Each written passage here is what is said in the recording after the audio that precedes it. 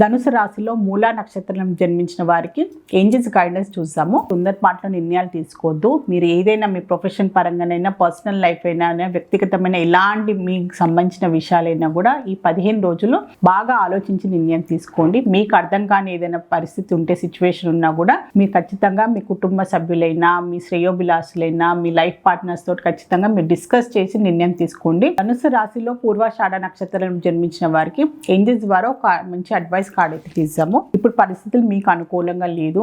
ఏ పని మాత్రం కొత్త పనులు మొదలు పెట్టకండి.